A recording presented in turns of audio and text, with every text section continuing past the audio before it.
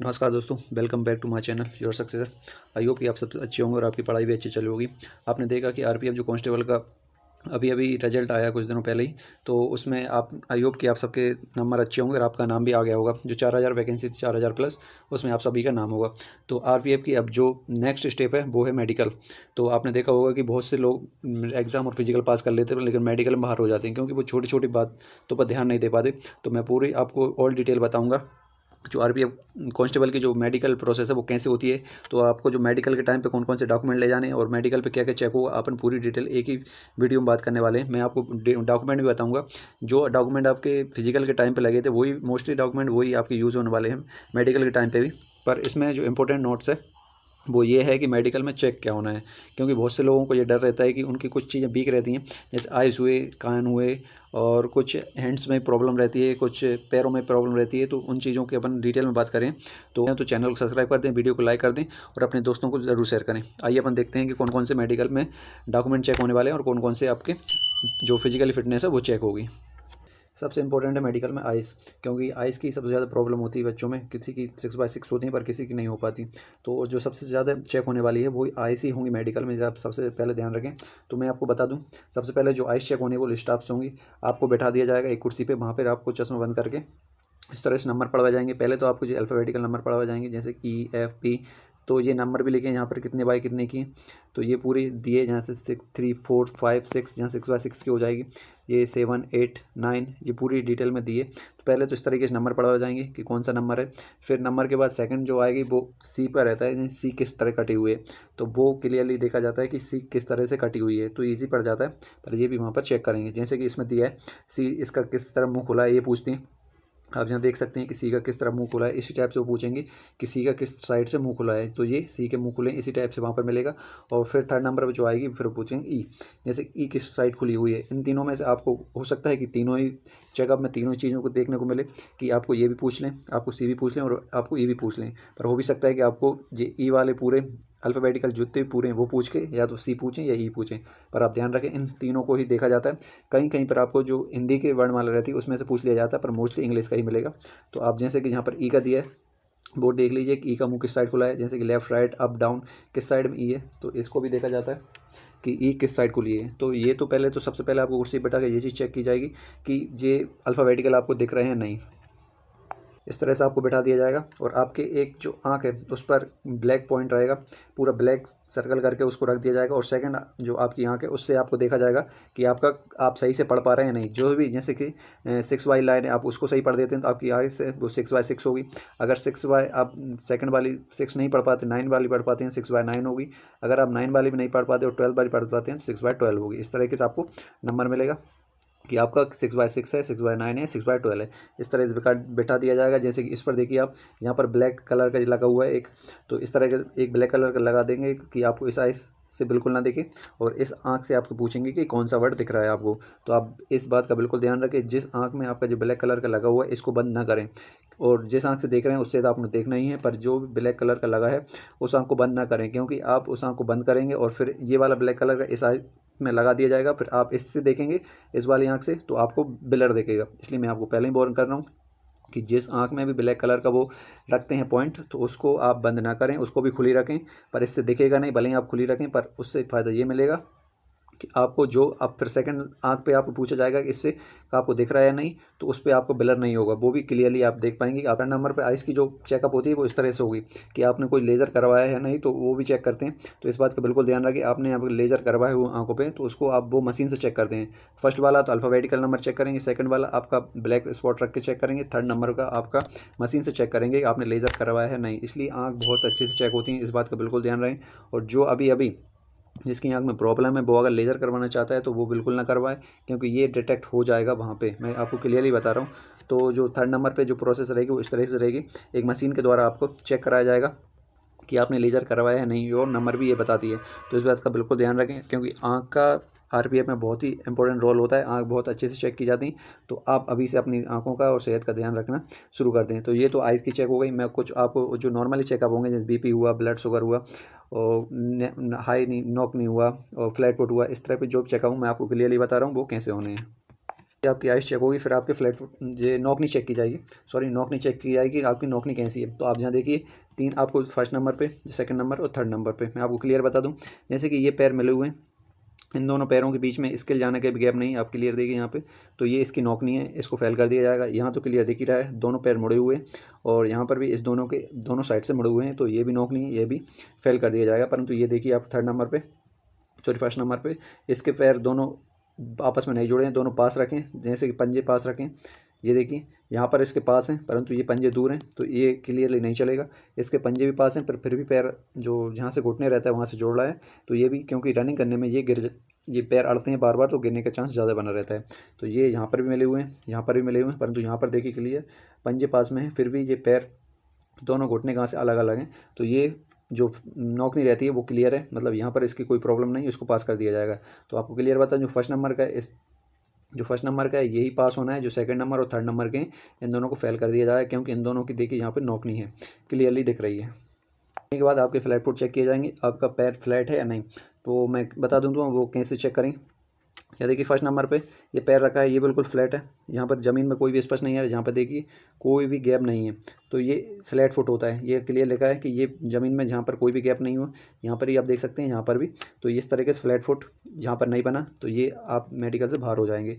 Second number पे high arch दिया है, जैसे कि ये पैर रखा जाता है तो वहाँ पर बहुत ज़्यादा बनता है। देखिए यहाँ पर ये यहाँ से इतना ज़्यादा कटा हुआ है, मैं आपको क्लियरली बता दूं। यहाँ पर देखिए आप, ये इस पैर में आप देखिए यहाँ पर ये क्लियरली बहुत ज़्यादा कटा हुआ है। यहाँ पर भी आप देख सकते हैं, इस तरीके से रखवाएंगे पैर आपका सीधा, तो यहाँ पर भी क्लियरली कटा हुआ है, बहुत ज़्यादा कटा हुआ है। तो इसको भी चांस है कि फेल कर दें, क्योंकि ये बहुत ज़्यादा कटा हुआ है। ये बिल्कुल, ये तो फ्लैट फुट है ही, ये भी बहुत ज़्यादा है, ये हाई हो जाता है, इसलिए ये फेल हो जाएगा। तो ये क्लियरली यहाँ पर दिख रहा है, ये बहुत ज़्यादा बाहर है।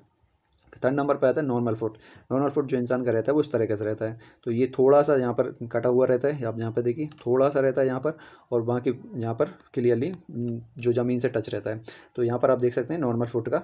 तो ये इस तरीके से चेक करेंगे कि आपका फ्लैट फुट है, हाई, पहले तो ये बिल्कुल फ्लैट फुट है, ये हाई फुट है और ये नॉर्मल फुट है। तो आप तीनों तरीके से देख लीजिए। आपको अगर घर पर भी चेक करना है तो आप अपने पैर को पानी में, जैसे पानी रहता है, पानी में भिगोकर आप उसको क्लियरली ज़मीन पर रख के, जैसे सूखी ज़मीन रहती है उस पर रख के देख सकते हैं कि आपका इन तीनों में से कौन सा बन रहा है। तो ये आप नॉर्मली घर पे चेक करना चाहें तो आप घर पर भी चेक कर सकते हैं। तो मैं आपको बता दूं, जो फर्स्ट नंबर का है ये भी फ्लैट फुट है, ये बाहर हो जाएगा। जो सेकंड नंबर का ये हाई फ्लैट फुट है, ये भी बाहर हो जाएगा। परंतु जो थर्ड नंबर का ये नॉर्मल फ्लैट फुट है, इसमें कोई फ्लैट फुट नहीं होता, ये नॉर्मल फुट होता है जो इंसान का रहता है, तो ये क्लियरली पास हो जाएगा। तो ये फ्लैट फुट की हो गई है। नेक्स्ट आता है बीपी। जैसे कि हम ये बाकी जो चेकअप होते हैं बीपी वगैरह, जैसे कि बीपी हुआ, एक्सरे हुआ, बीपी हुआ, एक्सरे हुआ, आपका शुगर चेक करते हैं, ये कुछ चेकअप होते हैं, ये नॉर्मल होते हैं। तो जैसे कि बीपी का तो आपका नॉर्मल ही है, आप थोड़े से भी नर्वस हो जाते हैं तो आपका बीपी बढ़ जाता है, तो वहाँ पर इतनी दिक्कत नहीं आती है। वहाँ पर आपको 4 से 5 दिन रखेंगे, तो वहाँ पर वो चेक करेंगे। अगर आपका फर्स्ट डे पर कुछ प्रॉब्लम होती है तो वो सेकंड डे चेक करेंगे, क्योंकि बीपी नॉर्मली बढ़ जाता है किसी भी इंसान का अगर नॉर्मल रहता है।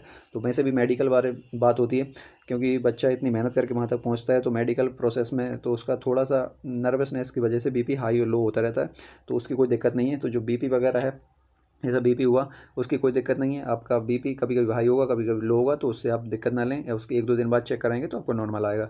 सेकंड नंबर एक्सरे होता है, आपका चेस्ट एक्सरे होगा, हैंड का एक्सरे होगा कि आपके हैंड में कोई प्रॉब्लम नहीं है, आपके बैक का एक्सरे भी होगा, आपकी कोई बैक में प्रॉब्लम नहीं है। अगर आपकी नॉर्मली कोई दिक्कत है तो उसमें कोई बात नहीं। अगर आपका हाईली दिक्कत आती है, जैसे कि चेस्ट में आपकी कोई ज़्यादा ही दिक्कत है पहले से ही, तो ही उसको डिटेक्ट करेगा, नहीं तो नॉर्मली तो आपका चल जाएगा भाई, ये सब नॉर्मल होता है। फिर आता है आपका शुगर बीपी के साथ ही होगी, शुगर चेक करेंगे। आपकी शुगर थोड़ी बहुत है ऊपर नीचे तो कोई दिक्कत नहीं है, ज़्यादा होती तो दिक्कत हो सकती है। बाकी तो वैसे कि जो मेडिकल प्रोसेस है उसमें तो जो नॉर्मली चेकअप होते हैं, बाकी सब सिर्फ आइस की थोड़ी बहुत प्रॉब्लम रहती है कि आइस का अपन, जैसे कि आपने लेज़र करवाया उसकी प्रॉब्लम हो सकती है, या फिर आपका जो नंबर है वो ही हाई है तो प्रॉब्लम हो सकती है। वैसे आई में भी, जैसे कि आई का उन्होंने दिया है कि आपकी जो एक आई है वो 6/9 होनी चाहिए, और जो आपकी सेकंड आई है वो 6/12 होनी चाहिए। में से तो नॉर्मली ये आई जो बच्चों की रहती है वो होती है, परंतु इससे ज़्यादा आपकी होती है तो आपको प्रॉब्लम हो सकती है। मैं आपको क्लियर बता रहा हूँ, यहाँ पर आप देखिए, अगर आपकी आई 6/9 है तो एक आई 6/9 चलेगी और एक आई आपका 6/12 चलेगी। इन दोनों में से आपकी आँखें 6/9 या 6/12 में, तो आप पास हो जाएंगे, आपकी कोई दिक्कत लेने की ज़रूरत नहीं है। आप अपने नज़दीकी हॉस्पिटल जहाँ भी हो वहाँ पर जाके आप फ्री में इसको चेक करा सकते हैं कि मेरी आई का कितना नंबर है, वो चेक करेंगे आप। वहाँ पर भी आप ये पता कर सकते हैं कि आपके आई का नंबर 6/9 आ रहा है, 6/12 आ रहा है। तो यही मेडिकल प्रोसेस होती है। मैंने RPF SI का एक बंदा पास हुआ हमारे यहाँ से, मैंने उससे बात की थी, तो बाकी सब उसने बताया कि बाकी सब चीज़ें नॉर्मली चेक होती हैं, जो शुगर हुआ, बीपी हुआ, हैंड है, नॉक नहीं है, फ्लैट फुट है, आपका जो बाहर से दिखता है वही होगा। लेकिन आपकी जो आइज़ चेकअप है वो थोड़ी स्ट्रांगली होती है, वहाँ लेज़र वाली भी दिखाई जाती है। मैं आपको बता दूं, कलर ब्लाइंडनेस का भी एक रहता है, यहाँ पर मैं आपको बता दूं वो भी। ये देखिए यहाँ पर एक कलर ब्लाइंडनेस का रहता है कि आपको यहाँ पर पूछा जाएगा आपको कौन सा नंबर दिख रहा है। ये यहाँ पर देखिए, यहाँ पर 7 दिख रहा है, यहाँ पर 133, 13 है, 16 है, 8 है, 112 है, 12 है और 9 है। इस तरह से आपका नंबर पूछे जाएंगे कि आपको इनमें से कौन सा नंबर दिख रहा है। आपको अगर कलर ब्लाइंडनेस होगा तो इनमें से बहुत से नंबर आपको नहीं दिखेंगे। तो ये आप घर पर भी चेक कर सकते हैं, आपके या आप मोबाइल से भी चेक कर सकते हैं कलर ब्लाइंडनेस आपको है या नहीं, या किसी भी ऑप्टिकल शॉप पर जाकर वहाँ पर आप चेक कर सकते हैं कि आपको कलर ब्लाइंडनेस है या नहीं। तो इस तरीके से आइज़ थोड़ी स्ट्रांगली चेक होती है। मैं आपको वही चीज़ ज़्यादा बता रहा हूँ जो ज़्यादा स्ट्रांगली चेक होती है। तो इस तरीके से आइज़ चेक होगी आपका। ये कलर ब्लाइंडनेस चेक करने का तरीका होता है उनका कि किस तरह से आपका कलर ब्लाइंडनेस है या नहीं। तो ये तो पूरी मेडिकल प्रोसेस हो गई, ए टू जेड तक मैंने पूरी मेडिकल प्रोसेस बता दी है कि आइज़ किस तरह से कितने स्टेप में चेक होंगी, आपके हैंड्स, आपके लेग्स, आपकी चेस्ट, बैक, जितना भी चीज़ें हैं क्या क्या चेक होगा और किस तरीके से होगा। तो ये मेडिकल प्रोसेस हो गई है। मैं आपको कुछ डॉक्यूमेंट के बता दूँ। डॉक्यूमेंट तो वैसे नॉर्मल है, डॉक्यूमेंट में से नॉर्मल है, क्योंकि डॉक्यूमेंट जो आपके डीबी में लगे थे, जो आपका डॉक्यूमेंट वेरिफिकेशन फिजिकल में हुआ था, सॉरी फिजिकल में जो डॉक्यूमेंट वेरिफिकेशन हुआ था वही आपका मेनली डॉक्यूमेंट वेरिफिकेशन था, जहाँ तो बस वो फॉर्मेलिटी के लिए आपके डॉक्यूमेंट चेक करेंगे कि आपने उस टाइम से लेके इस टाइम तक, जैसे कि आपका फिजिकल हुआ था उस टाइम से आपका जो मेडिकल हो रहा है उस टाइम तक आपने कोई डॉक्यूमेंट में चेंज कराया है या नहीं। अगर चेंज कराया है तो उनको क्लियरली मेंशन कर दीजिए कि मैंने ये चेंज कराया है। अगर नहीं कराया तो कोई बात नहीं, आप अपने डॉक्यूमेंट जो मैं अभी डॉक्यूमेंट बताने जा रहा हूँ उनको आप क्लियरली देख लीजिए एक बार। यहाँ पर देखिए ये पूरी मैंने डॉक्यूमेंट की लिस्ट बनाई है, मोस्टली यही है, क्योंकि मैं भी एक आरपीएफ का कांस्टेबल का फिजिकल दे के आया हूँ, मैं भी पास आउट हूँ और मैं भी मेडिकल देने जाऊँगा। तो मैं आपको क्लियरली बता दूँ डॉक्यूमेंट यही लगे थे, और इसमें थोड़े डॉक्यूमेंट इधर उधर हो सकते हैं पर मोस्टली डॉक्यूमेंट यही लगे थे, आपको यही लेके जाना है। इनके साथ साथ इनकी फ़ोटोकॉपी भी लेके जानी है, 2 सेट बना लीजिए, इनके 2 सेट बनेंगे फ़ोटोकॉपी के। और आप फ़ोटो भी साथ में लेके जाएँ, मैंने फ़ोटो भी मेंशन किया है यहाँ पर 5, 2 सेट फ़ोटोकॉपी लगेंगे और ओरिजिनल डॉक्यूमेंट आपको साथ लेके जाना है। और मैं आपको क्लियरली बता दूँ, जो डॉक्यूमेंट अभी प्रेजेंट है वो नहीं लगेंगे। जो डॉक्यूमेंट आपने फॉर्म भरते टाइम, यहाँ पर देखिए फॉर्म भरते टाइम जो डॉक्यूमेंट आपने यूज़ किए थे वही डॉक्यूमेंट लगेंगे, चाहे वो एक्सपायर हो गए हो नहीं। जैसे कि मैं आपको एग्जाम्पल बताता हूँ, ईडब्ल्यूएस, जैसे कि आपको बता दूँ जो ईडब्ल्यूएस होता है, ईडब्ल्यूएस वो 1 ईयर का वैलिडिटी रहती है। तो आपके फॉर्म डले थे 2023 में, 2023 में आपका फॉर्म डाला था, वहाँ पर आपने जो EWS लगाया था उसको लेकर अभी तक जो अब 2025 चल रही है वो दोनों EWS चेंज हो गए होंगे, क्योंकि 2023 का EWS 2024 में चेंज हुआ होगा, 2025 में 2 बार चेंज हो गया होगा। परंतु आपका जो EWS लगेगा वो 2023 वाला लगेगा है, क्योंकि वही ओरिजिनल डॉक्यूमेंट है आपका 2023 वाला। उसको आप हार्ड कॉपी जो आपका ओरिजिनल डॉक्यूमेंट वो, और फोटो कॉपी 2023 वाला, वो दोनों लेके जाएं। जो आपने फॉर्म भरते टाइम डॉक्यूमेंट यूज़ किए थे, मैं आपको बार बार बता रहा हूँ, जो फॉर्म भरते टाइम डॉक्यूमेंट यूज़ हुए थे वही डॉक्यूमेंट आपके जहाँ यूज़ होने वाले हैं। आप जो अभी के प्रेजेंट के डॉक्यूमेंट है वो भी ले जा सकते हैं एक सेफ्टी के लिए, परंतु मोस्टली डॉक्यूमेंट वो यूज़ होने वाले जो आपके फॉर्म भरते टाइम हुए थे। अपन डॉक्यूमेंट के बारे में बात कर लेते हैं हम। जैसे कि डॉक्यूमेंट में आते हैं 10th है, नंबर फर्स्ट पे आएंगे 10th है, 12th है, अदर। अदर का मतलब ये है कि आपने अदर में कोई डिग्री की है, जैसे कि आपने कोई भी बैचलर डिग्री की है, बैचलर ऑफ आर्ट्स है, बैचलर ऑफ कॉमर्स है, साइंस से आप किसी ने बीएससी की है, बीए की है, तो किसी भी क्षेत्र में आपने किसी भी डिग्री की है, तो जैसे कोई भी डिग्री आपने लगाई है तो वहाँ पर आप ये यूज़ करते हैं। सेकंड नंबर पे आता है जो मोस्ट इंपॉर्टेंट डॉक्यूमेंट है वो कास्ट सर्टिफिकेट है, क्योंकि इसमें बहुत सारे को एज में किसी को नंबर में रिलैक्सेशन मिलता है, इसलिए कास्ट सर्टिफिकेट जरूर लेके जाएं। कास्ट सर्टिफिकेट यूआर का तो होगा नहीं, तो उनको इस बात की ज़रूरत नहीं है। तो फिर आता है सेकंड नंबर पर ईडब्ल्यूएस का कास्ट सर्टिफिकेट, जो ईडब्ल्यूएस 1 ईयर वैलिड रहता है वो, ओबीसी का caste certificate, SC caste certificate और एसटी का कास्ट सर्टिफिकेट। तो ये 4 जिस भी कैटेगरी में आप आते हैं उस कैटेगरी का आप कास्ट सर्टिफिकेट ओरिजिनल और जो फोटो कॉपी दोनों लेके जाएँ। फिर आता है डोमिसाइल, जो कि स्थानीय निवासी होता है, उसको आप लेके जाएं। आप जिस भी स्टेट से आते हैं, क्योंकि ये ऑल इंडिया वैकेंसी है, तो स्टेट वाइज जो आप जिस स्टेट के हो उस स्टेट का आपका स्थानीय निवासी होगा, तो उस स्टेट का आपका खुद का स्थानीय निवासी लगेगा, तो आप उसको साथ लेके जाएं। फिर आता है 4th नंबर आय प्रमाण पत्र। ये कहीं कहीं किसी का ज़रूरत होती है पर किसी की नहीं होती, क्योंकि किसी को फीस में रिलैक्सेशन चाहिए तो वो आय प्रमाण पत्र लगाता है अपने फादर का, तो उसको अगर उसने लगाया है तो वो आप लेके जा सकते हैं। वहाँ पर आप एक बार अपना फॉर्म चेक करें, उसमें आपने जो जो डॉक्यूमेंट लगाए हैं वो उसमें आय प्रमाण पत्र लगाया है तो लेके जाएं, नहीं लगाया कोई बात नहीं। फिर आता है कॉल लेटर। कॉल लेटर अभी जो आरपीएफ ने अभी जारी नहीं किया है। जो भी आपका कॉल लेटर आएगा वो आपको जोन अलॉटमेंट के साथ ही आएगा, मतलब कि आपको जोन दे दिया जाएगा कि आपको कौन सा जोन मिला है, उसी हिसाब के आपको कॉल लेटर आएगा और आपको बुला लिया जाएगा कि आप उसमें मेडिकल डेट भी लिखी रहेगी कि कितने दिन से कितने दिन तक मेडिकल चलेगा, तो आप वहाँ पर पहुँच जाएँ। तो कॉल लेटर आएगा, इसकी चिंता ना करें, ये कॉल लेटर आप ऑनलाइन से निकलवा सकते हैं। फिर आता है आधार कार्ड। आधार कार्ड तो सब के पास होगा ही, और इस आधार कार्ड में कोई भी चेंजेस ना करवाएं। अब मैं आपको बता रहा हूँ फिर से, क्योंकि आप आधार कार्ड में चेंजेस करवाते हैं तो वो फ्रॉड के उसमें आ जाता है, तो उसको फिर बार बार चेक करते हैं कि आपने इसको चेंज करवाने की ज़रूरत पड़ी थी तो क्यों पड़ी। तो इस तरीके से मैं बता दूं कि आधार कार्ड को आप चेंज ना करवाएं, जो आधार कार्ड आपका पहले था वही आपको रखें। फिर इसके साथ फ़ोटो आते हैं, आप 4 वहाँ तो 1 या 2 ही फ़ोटो यूज़ होंगे, पर 4 से 5 फ़ोटो लेके जाएँ साथ में।